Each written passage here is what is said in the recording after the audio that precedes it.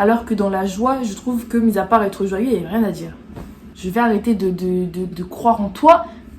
Peu importe qui tu es, en fait, laisse-moi tranquille à partir de maintenant. Ah, je viens à peine de rencontrer Dieu et voilà déjà que je Hello, chrétien, chrétienne, non chrétienne, et bienvenue dans cette nouvelle vidéo.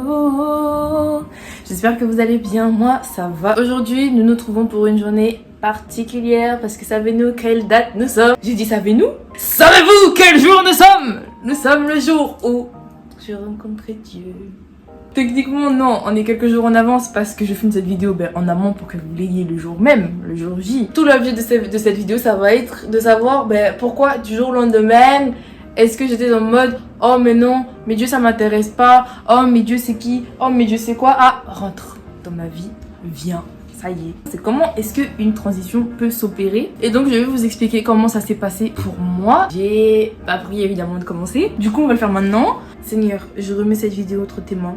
Tout simplement je prie que tu me donnes de la clarté, que tu ravives mes souvenirs de ce qui s'est passé. Je prie que ce témoignage puisse contribuer d'une manière ou d'une autre à fortifier quelqu'un, à encourager et peut-être même à donner la foi à quelqu'un. Tout simplement. En ton nom Yeshua j'ai prié. Amen. Question numéro 1. Qui est-ce que j'étais avant Christ? Comment est-ce que je me décrirais? Qu'est-ce que j'étais dans le monde?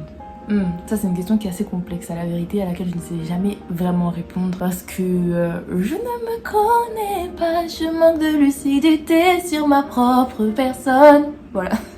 Je sais pas pourquoi j'ai fait tout un jingle, mais c'est la vérité. Je manque de lucidité, je manque de distance, je manque de... Bref. Mais en tout cas, de ce que je sais, de ce qui me semble évident à moi-même, j'étais quelqu'un de très duel dans ma façon d'être. C'est-à-dire que, en temps normal, et surtout la façon dont je me présentais aux gens, je suis d'un caractère vraiment joyeux, vraiment optimiste, vraiment good vibes. Ce qu'il y a, c'est que en dehors du fait de rigoler, deep down inside, j'avais une certaine fascination pour la mort. Je n'étais pas seule dans mon délire. Avec ma meilleure amie, nous avions une fascination pour la mort à l'époque. Seigneur, il va falloir que tu me donnes les mots parce que je commence à bugger, je n'y ai pas assez réfléchi. Et maintenant, je me retrouve sans parole. Mais tu as dit, Seigneur Yeshua, que c'est toi qui avais donné une bouche à l'homme. Alors j'ai pris que le vocabulaire ne soit pas une limite. Non, Yeshua, j'ai prié, Seigneur. Et en fait, ce qui nous fascinait dans la mort, c'était l'aspect finitude, le fait que tout était vain à cause du fait que, dans tous les cas, on disparaîtrait et que rien ne subsisterait de nos actions, de nos pensées, etc. Et de mon côté, j'avais une part dans ma personnalité qui était très sombre. Si vous m'aviez connue, certes vous auriez vu l'aspect très exubérante de ma personnalité si on avait été intime. Attention, j'ai pas dit que j'étais exubérante avec tout le monde, mais en dehors de ce que je manifestais extérieurement et qui n'était pas du tout un masque de façade, des fois j'avais des phases mélancoliques. Carrément une fois ma mère elle croyait que j'étais en dépression parce qu'en fait je ne considérais qu'il n'y avait de beau que ce qu'il y avait de triste. C'est-à-dire plus c'était triste, plus c'était douloureux, plus c'était sombre et plus c'était beau à exploiter d'un point de vue poétique. Et quand j'écrivais, tous mes sujets, tous mes thèmes étaient très sombres. Ça veut dire plus j'allais dans le sombre et plus pour moi j'allais dans le profond et plus pour moi j'avais de la substance en fait, de la matière à explorer, alors que dans la joie je trouve que mis à part être joyeux il n'y avait rien à dire.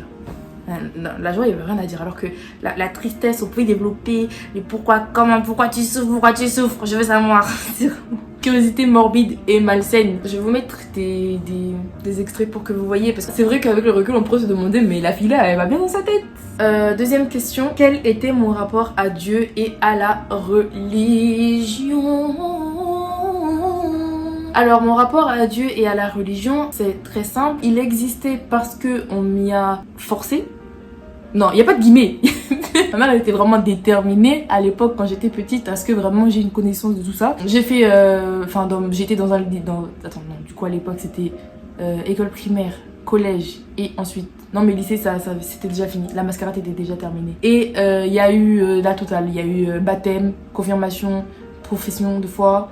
Je sais même plus dans quel ordre ça se fait, ça se dit, mais bon, en tout cas j'ai eu la totale. Le hic, c'est qu'on avait beau m'éduquer à ça, moi je ne comprenais pas. Je ne comprenais pas. En fait, pour vous dire à quel point je ne comprenais pas, moi on m'a éduqué aux couleurs des vêtements des prêtres. Pourquoi ils portaient du rouge, du jaune, du orange, du vert, du bleu. Et on m'a éduqué, on m'a appris du coup la croix, que Jésus, il voulait manifester son amour aux hommes en mourant. Et moi j'étais en mode, mais c'est quoi le projet? Jésus, t'es bien gentil, mais il y a 10 000 manières de dire aux gens qu'on les aime. T'aurais pu tout simplement offrir des cadeaux, t'aurais pu tout simplement, je sais pas, le dire, mais mourir. Pourquoi on a besoin que tu meurs pour savoir que tu nous aimes? Je comprenais pas en fait, ça collait pas dans ma tête. Enfin, la seule chose que je me disais, c'est, bon, bah si tu as considéré que c'était ta façon de dire aux gens que tu les aimes, bah écoute, tant mieux. C'est juste, il y avait pas besoin d'aller aussi loin. Il suffisait d'offrir des fleurs, il suffisait de faire des câlins, c'est tout. Mais bon, il est temps. Écoute, c'est gentil de nous aimer, c'est gentil. Merci, il n'y avait pas besoin, personne n'a demandé, mais merci. Et du coup, pour moi, c'est juste un gars qui était dans son délire, qui était un peu, bref, bon, désolé. Mais c'est pour vous dire que cette éducation-là ne m'a pas apporté la foi du tout. Parce que je pense que vous avez vu, mon lot d'incrédulité et d'incompréhension était à son paroxysme. En fait, on m'a juste apporté plus d'embrouille qu'autre chose. Mais du coup, gardez à l'esprit que cette éducation, malgré le fait qu'elle ne m'ait jamais donné la foi, qu'elle n'ait jamais produit de conversion, ni de changement, ni de compréhension, ni d'acceptation de Dieu, elle avait au moins réussi à me faire comprendre et me faire vivre avec l'idée qu'il y avait un Dieu au-dessus de moi. Ça veut dire que moi je ne donnais pas l'identité de Jésus, parce que Jésus justement pour moi il était juste dans mon délire, je comprenais pas pourquoi, mais il y avait un Dieu. Et en fait ça vous allez le comprendre en quoi c'est important pour la suite, parce que je grandis dans ma famille, etc. Puis viennent les études, et qui dit études dit déménagement, qui dit déménagement dit je vais pas embarquer toute ma famille dans ma valise et les amener chez moi. Donc je vis seule et l'année passe, etc. Je rentre en première année à Sciences Po et je commence à expérimenter la solitude. Mais la vraie solitude. Parce que en plus, pour vous mettre le contexte, il faut savoir que dans mon groupe de potes de base, on était juste vraiment dans notre monde, dans notre délire, et il n'y avait pas d'histoire de gars.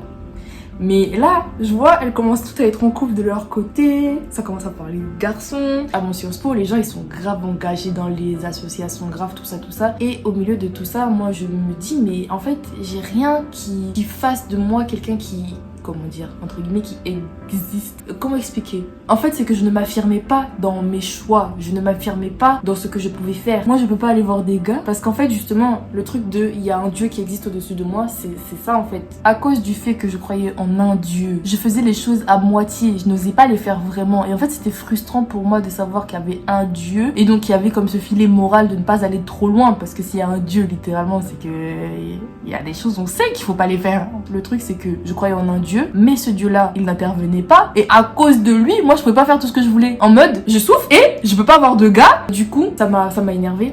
Carrément, je me souviens, j'étais en train de faire la vaisselle à ce moment-là, j'étais en train de rager. Là, c'était rager la rage. J'avais la rage. J'étais en mode, toi tu me laisses souffrir. Enfin, c'était dans ma tête. Hein. Toi tu me laisses souffrir, toi tu machin et tout. J'étais vraiment en mode, je vais arrêter de croire en toi.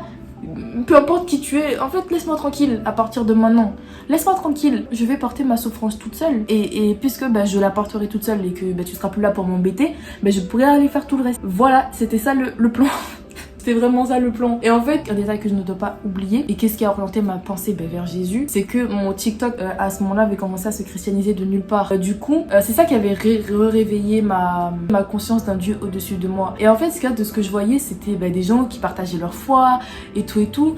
Et moi, limite, j'étais en mode, mais ça c'est vraiment trop bien, ça serait vraiment trop bien d'avoir un Dieu qui les aide, de vivre avec Dieu. Je m'étais dit, mais ça doit être vraiment cool. Sauf que moi, je sais pour moi que je peux pas fake ça. Je peux pas m'inventer un Dieu juste pour me soulager. Je peux pas m'inventer un Dieu juste pour comment dire, pour je sais pas, parce que je peux pas. En fait, comment dire. Au final, ça resterait moi. C'est moi qui invente quelqu'un. Qui m'aide, quelqu'un à qui je parle. C'est pas possible, je peux pas m'inventer ce genre de vie en fait. Du coup j'enviais leur foi, mais en même temps je sais que moi je pouvais pas la faillir. Et au moment donc où je disais à Dieu, toi et moi c'est fini, en fait c'est à ce moment là que justement dans mon esprit il m'a fait sentir comme mais oh et toi qui dis que je ne suis pas là, je suis là. Et en fait j'ai vécu ce que je disais à partir de maintenant je vais vivre toute seule, comme si je me mentais à moi-même, comme si c'était mais non en fait c'est pas le plan. Et je saurais pas vous expliquer comment, mais la seule chose que je peux vous donner, c'est une image. Vous connaissez la princesse au petit pois? Genre, elle avait 7 matelas et un seul petit pois, elle arrivait à le ressentir, etc. Parce qu'elle avait la peau délicate et tout et tout. Ben, en fait, c'est la seule image que je pourrais vous donner pour décrire. Même parce qu'en fait, il s'est rien passé d'extraordinaire. C'est pas Dieu qui s'est présenté en mode je suis Dieu, tu vois. Non, ça c'est pas ce qui s'est passé. Mais c'est vraiment, j'ai senti dans mon esprit, en moi-même, quelque chose qui me dérangeait en fait avec ce que je venais d'affirmer, de j'allais vivre sans toi, tu n'interviens pas, etc. Ça m'a dérangé en fait. Et à partir de là, je me suis dit, ça m'a vraiment. J'étais en mode, mais déjà, c'était la première fois que ça m'arrivait, forcément. Attends, mais est-ce que là c'est Dieu? Est-ce que c'est Dieu qui vient de. Et à partir de là, je me suis dit, bon, écoute, peut-être que c'est Dieu. Mais justement, est-ce que je vais persister dans ma voie en mode, je vais ignorer ça en mode, non, il s'est rien passé. Le nier du coup, le nier et quand même vivre ma vie en mode, etc. Mais je me suis dit, mais attends, en fait, je viens de me plaindre à Dieu et Dieu vient potentiellement de me répondre. Est-ce que je vais ignorer ça, etc. Et du coup, bah, je me suis dit, mais je vais te laisser ta chance. Je vais te laisser ta chance. Et à partir de là, tout simplement, c'est juste que je me suis davantage... Enfin, j'ai commencé à m'intéresser véritablement, sérieusement, à qui était Dieu, pour savoir en fait qui est-ce qui vient de me réveiller, qui vient de me déranger dans mon esprit en fait, qui vient de... En fait, c'est qui ça? Et du coup, bah, très rapidement, bah, j'ai commandé ma Bible pour m'intéresser à la fameuse histoire de Jésus, en mode, je voulais comprendre pour de bon, une bonne fois pour toutes, c'était qui ce gars, il a fait quoi, et pourquoi il vient de me parler en fait, pas de me parler, mais pourquoi est-ce qu'il vient de faire ce truc bizarre en moi, quoi. Pourquoi? C'est quoi? Et du coup, voilà, c'est comme ça que j'ai rencontré Dieu. C'est tout simplement qui m'a fait ressentir que cette vie-là, à laquelle je me destinais, c'était pas ça. Que le fait que je dise qu'il me laisse souffrir, c'était pas tout à fait vrai. C'est juste que, bah, justement, à partir du moment, mis à part ce moment-là, je n'avais jamais laissé vraiment de chance d'entrer dans ma vie. Je n'avais jamais laissé vraiment de chance de porter ne serait-ce que le poids de ce que je subissais précisément. Ça veut dire que je me plaignais, mais jamais j'avais été me plaindre à lui. Je me plaignais beaucoup. Mais en fait, ouais, d'ailleurs, je remarque, c'est la première fois que je me plaignais vraiment à lui. C'est la première fois en fait. C'est peut-être ça qui a fait la différence avec avant. C'était la première fois de ma vie que je m'adressais à lui en fait. Du coup, prochaine question. Depuis, qu'est-ce qui se passe avec ma relation avec Dieu? Bah depuis, après... Oh, je suis censée partir en cours bientôt. Depuis, à partir du moment où j'étais en mode... Ah, Dieu vient de me parler. Bah littéralement j'ai laissé tomber les gars, j'ai laissé tomber l'idée d'apprendre à explorer davantage mon corps pour normaliser ça. J'ai laissé tomber ouais ça je sais pas, en fait non en fait c'est pas j'ai laissé tomber les associations et tout, c'est pas j'ai laissé tomber le fait de rendre service. En fait ce que je voulais dire c'est de me trouver une identité à travers le fait d'être impliquée, en fait de m'investir dans des associations comme une distraction pour oublier que je me sens seule, pour masquer en fait mon mal-être intérieur. C'était ça en fait que je voulais dire en disant je voyais dans mon établissement des gens étaient engagés socialement, etc. En fait c'était surtout ça. Je ne dis pas que eux le sont, mais en tout cas je sais que moi dans ma démarche, si j'avais voulu m'impliquer à ce moment là pour ce genre de choses, c'était justement pour essayer de me trouver une identité à travers ça, pour essayer de me trouver une existence à travers ça. Et depuis c'est juste que je n'ai pas le besoin en fait de vivre à travers ça. C'est surtout ça.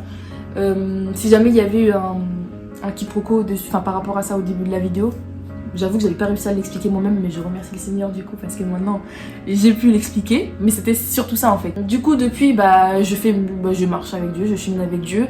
Au début c'était vraiment bizarre parce que du coup littéralement c'était je crois pas en Dieu, je te rejette, t'es qui, dégage, j'ai pas envie d'avoir quoi que ce soit à faire avec toi, oh ah, il y a quelqu'un qui existe et qui est là et qui me voit et qui me... Ah! Et en mode, je peux lui parler? On peut interagir. Du coup, les premières prières, c'était vraiment intimidant, c'était vraiment gênant parce que il y avait en fait cette excitation de waouh, je peux me mettre à parler à Dieu, et cette crainte de mais est-ce que je suis pas folle? Est-ce que je viens pas d'inventer un truc? Est-ce que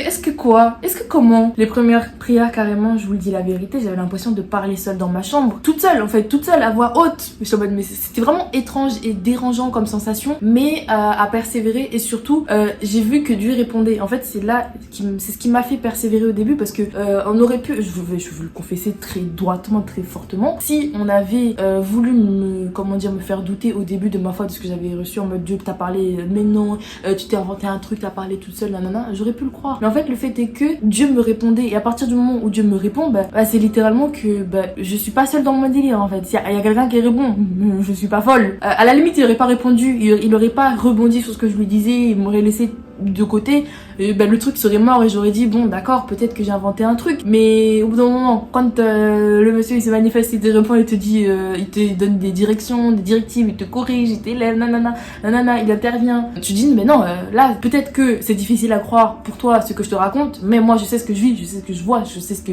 voilà, le monsieur il me répond, donc tranquille, toi tu crois pas, mais laisse-moi avec lui, c'est tout. Et le premier cas d'intervention que j'ai de Dieu au début de ma marche chrétienne, ça a été 2 jours après. Je vais vous expliquer ce qui s'est passé, parce que du coup j'étais en première année, mon année était très en danger. Je vous ai dit, dans la dernière vidéo, j'ai vraiment, les études, j'ai beaucoup de mal. Enfin, les études supérieures, bref, je vais pas m'étaler là-dessus, ce sera peut-être une prochaine vidéo. Mais du coup, j'étais en danger scolaire, j'ai séché beaucoup les cours, j'avais beaucoup de devoirs en retard. Et justement, un monsieur de l'administration m'envoie un mail, je sais plus ce qu'il m'a demandé précisément, mais en mode soit est-ce que t'étais à tel cours, ou est-ce que tu as rendu tel ou tel devoir. Et moi, je lui ai menti en fait. 2 jours après ma conversion, 2 jours après, oui Seigneur, ça y est, je t'accepte. Et du coup dans ma tête c'était en mode, bon maintenant que j'ai accepté Dieu, je dois être pure, je dois être parfaite, les mensonges c'est fini, les gars c'est fini, tout est fini. Pour moi c'était en mode, parce que j'ai dit maintenant je dois être parfaite du jour au lendemain. Et là à me retrouver à mentir aussi peu de temps après, j'étais en mode, oh j'ai déjà fait le test. Et du coup ça m'a beaucoup attristée, ça m'a beaucoup blessée en fait, parce que j'étais en mode, je viens à peine de rencontrer Dieu et voilà déjà que je mens, voilà déjà que voilà en fait il y a rien qui a changé dans ma façon d'être, et en fait je me sentais très coupable devant Dieu parce que j'étais en mode désolée, parce que pour moi c'était en mode promis, j'arrête mes bêtises et au final je recommence. Le soir même j'étais en mode tranquille.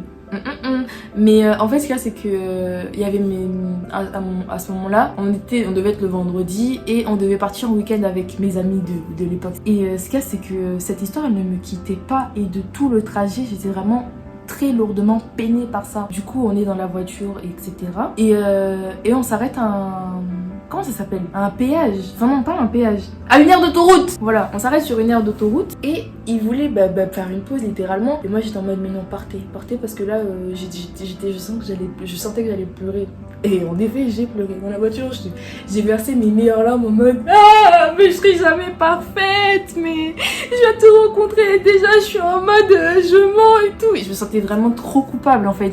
Et ce qu'il y a c'est que je voulais pas pleurer devant mes potes, je voulais pas qu'ils me voient pleurer, surtout qu'ils auraient peut-être pas forcément compris la raison de pourquoi je pleure. J'allais pas leur dire oui j'ai rencontré Dieu et en fait j'ai menti, bref. Je voulais pas avoir à leur expliquer quoi. Et puis même sans ça, c'est l'affiche en fait de pleurer. Et ce qu'il y a c'est que malgré tout, malgré le fait que je voulais arrêter de pleurer, je sentais que c'était vraiment, quand t'es prise d'une crise de larmes, c'était vraiment la crise de larmes. Et du coup j'étais en mode mais Seigneur, Dieu, il faut vraiment que tu me calmes, parce que moi je sais que je vais pas arriver à me calmer. Et 3 secondes après c'était fini. J'étais en mode mais quoi? Mais mais il a vraiment... J'étais vraiment en mode d'accord, bon, tranquille. Le monsieur il a vraiment fait. Faut que j'arrête de dire le monsieur. Pardon Seigneur, je sais pas pourquoi je me mets à dire le monsieur, mais vraiment j'arrête de dire le monsieur. Mais bon, il a vraiment fait. Du coup j'étais en mode ok, génial, super. Je sais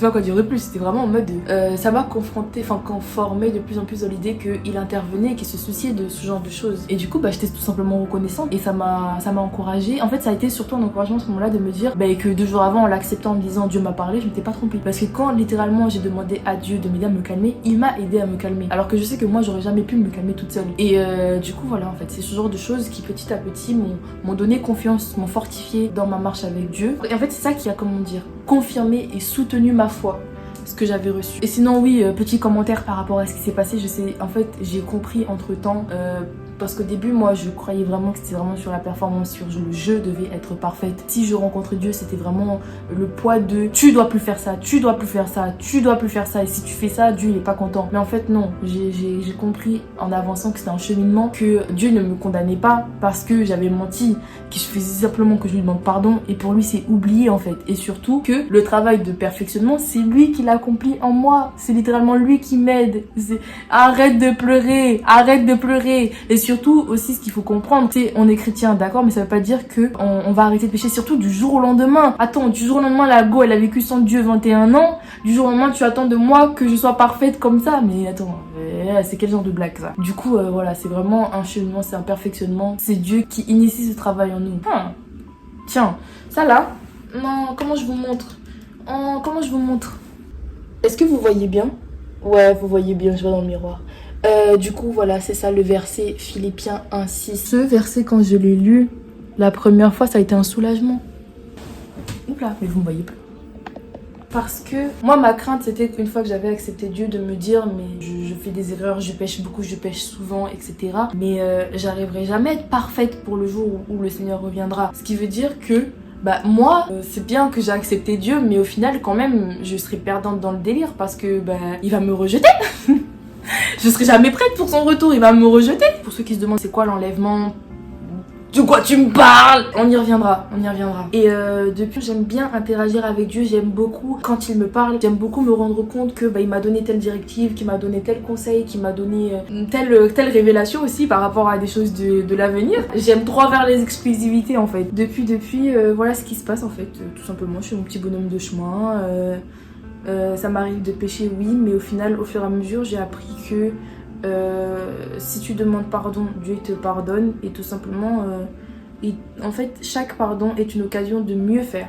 C'est pas pardonner pour que pardon, je continue. C'est pardon pour mieux faire. Et du coup, il n'y a pas à se soucier de je suis pas parfaite aujourd'hui, mais t'inquiète pas.